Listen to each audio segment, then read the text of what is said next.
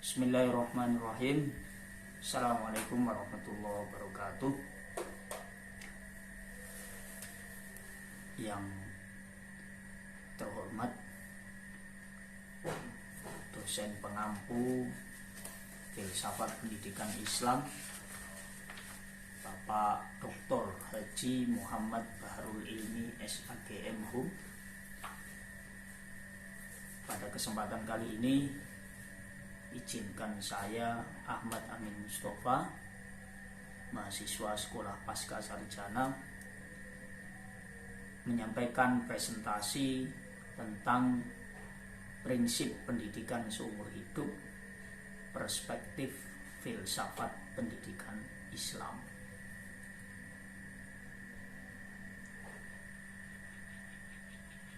Membincang pendidikan, membincang filsafat tentu tidak bisa lepas dari manusia. Maka alangkah baiknya kita mengupas sedikit tentang manusia sebelum sampai pada persoalan pendidikan seumur hidup dan filsafat pendidikan Islam. Kita tahu bersama bahwa manusia di alam semesta hubungannya dengan pendidikan Islam merupakan bagian yang amat penting, karena dengan uraian manusia nanti kita akan bisa memahami potensi yang dimiliki manusia serta peranan yang harus dilakukan di dalam alam semesta secara keseluruhan maupun dalam lingkup pendidikan. Manusia dalam teks Al-Quran mengutip apa yang di beberapa literatur disampaikan, ada yang menyebut insan, ada juga yang menyebut bashar. Insan dan bashar punya makna sendiri-sendiri. Insan itu sebagai manusia yang dapat diberi pelajaran atau pendidikan.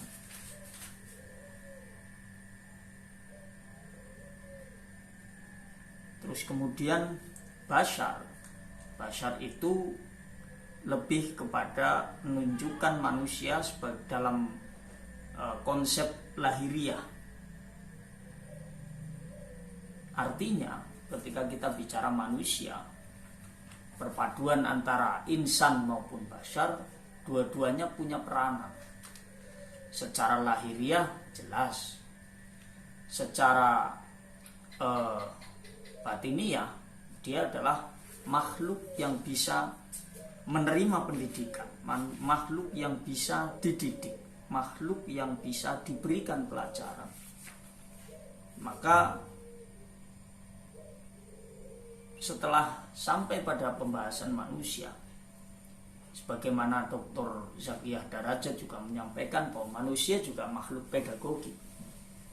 Jadi yang punya potensi untuk dididik dan punya potensi untuk mendidik. Setelah kita tahu konsep manusia secara singkat, kemudian kita mencoba menggali konsep fitrah. Konsep fitrah yang nanti bersinggungan dengan potensi manusia. Dalam teori barat, membaca manusia itu ada, membaca potensi manusia itu ada 3 teori. Yang pertama, teori tentang nativisme, empirisme, dan konvergensi.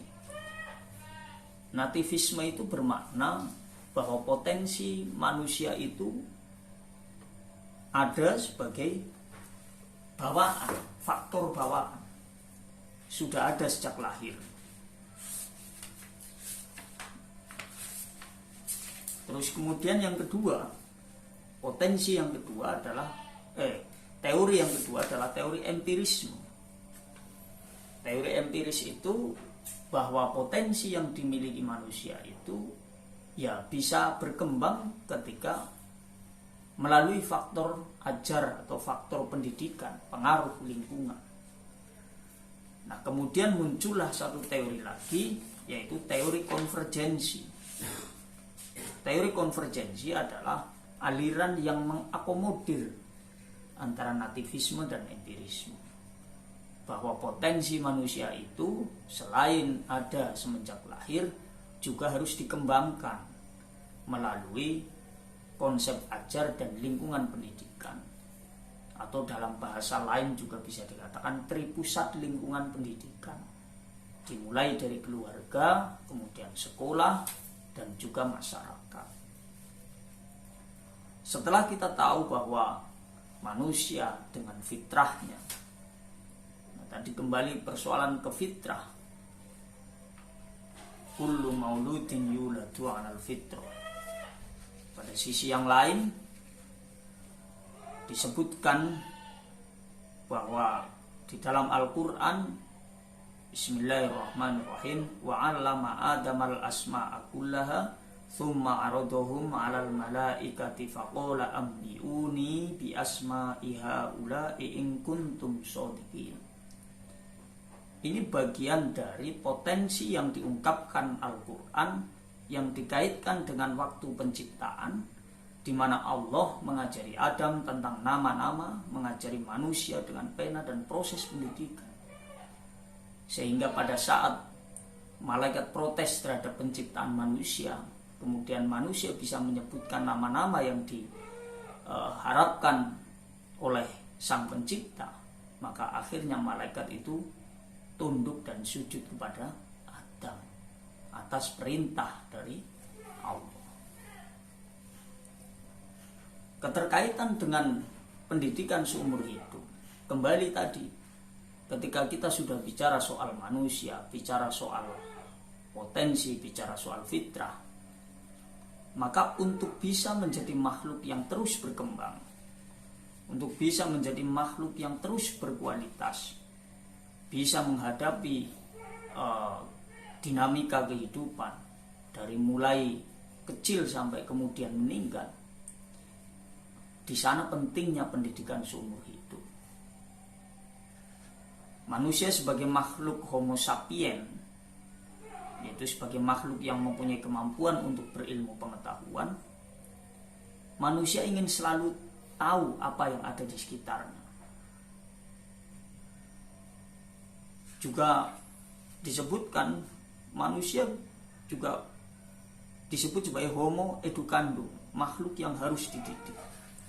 Pendidikan itu harus kita pahami sebagai proses pengembangan potensi agar dapat diaktualisasikan sehingga bermakna dalam kehidupan. Nah, ini pentingnya pendidikan seumur hidup. Bahwa pendidikan adalah proses memanusiakan manusia, proses mengembangkan potensi manusia. Ketika kita sudah masuk dalam konsep pentingnya pendidikan, tadi manusia adalah makhluk Homo sapien dan Homo educandum, kita harus sama-sama sadari bahwa pendidikan itu tidak bisa dipisahkan dari manusia. Pendidikan sebagai sebuah proses, kegiatan, sebagai sebuah ilmu yang dilakukan manusia seumur hidup guna memenuhi kebutuhan hidup, guna menyelesaikan semua persoalan hidupnya, guna mengembangkan potensi-potensi yang ada, baik melalui pendidikan secara formal, informal, maupun non-formal.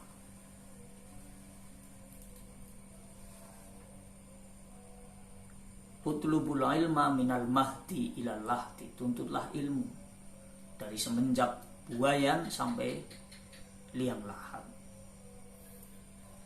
Ada juga yang menyebutkan dalam sabda Rasulullah, ajarilah orang-orang yang akan meninggal dengan kalimat la ilaha illallah. Ini bagian dari substansi pentingnya pendidikan seumur hidup, bahwa ilmu itu tidak akan ada habisnya untuk berkembang dan juga dikaji oleh manusia sampai kapanpun. Maka pentingnya pendidikan seumur hidup itu menjadi sebuah keharusan yang dilakukan oleh semua orang tanpa hanya berkutat pada persoalan pendidikan formal, tapi juga ada informal, non formal. Dan pendidikan itu tidak melulu ada di bangku sekolah. Itu bagian dari tripusat lingkungan pendidikan. Jadi keluarga, sekolah, dan masyarakat. Selanjutnya, setelah kita bicara soal pendidikan seumur hidup, bicara soal manusia, bicara soal potensi, kita mencoba mengelaborasi tentang filsafat pendidikan Islam. Secara singkat bisa dimaknai bahwa filsafat pendidikan Islam merupakan kajian secara filosofis mengenai berbagai masalah yang terdapat dalam kegiatan pendidikan yang didasarkan pada Al-Quran dan hadis sebagai sumber primer, dan pendapat para ahli khususnya filosof muslim sebagai sumber sekunder. Atau bisa dimaknai juga bahwa filsafat pendidikan yang berlandaskan ajaran Islam, dijiwai oleh ajaran Islam, tidak melulu mengagungkan rasio atau akal, tapi juga tidak hanya berkutat pada persoalan tekstual, akan tetapi perpaduan antara akal dan juga teks dan juga wahyu. Maka prinsip pendidikan seumur hidup dalam perspektif filsafat pendidikan Islam ini menjadi sebuah kolaborasi,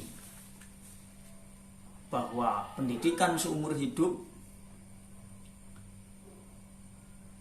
itu merupakan bagian dari pendidikan, ideologi pendidikan yang salah satu fungsinya mempertautkan antara ilmu pengetahuan dengan sang pemilik ilmu, sang Khalik. Sehingga pendidikan menjadi tanggung jawab semua umat Islam sebagai kewajiban yang tidak bisa ditawar lagi. Pengetahuan tentang sistem berpikir kritis, sistematis, dan spekulatif tentang metode, pendekatan, pola, dan berbagai model pendidikan yang Islami yang diterapkan baik secara formal, informal, maupun non-formal yang berlangsung di masyarakat. Sehingga sekali lagi pendidikan seumur hidup dalam perspektif filsafat pendidikan Islam merupakan sebuah sinergi, kolaborasi dengan pendidikan seumur hidup. Maka kita diingatkan untuk kembali mempertautkan antara ilmu pengetahuan dengan sang Khalik. Tidak hanya mengagungkan rasio saja, tidak hanya mengagungkan teks saja, tapi perpaduan antara keduanya yang nantinya menghasilkan sebuah model, sistem, atau metode atau pendekatan pendidikan Islami yang diterapkan tadi baik formal, informal di lingkungan masyarakat. Demikian yang bisa saya sampaikan terkait dengan tugas dari mata kuliah filsafat pendidikan Islam. Terima kasih. Wassalamualaikum warahmatullahi wabarakatuh.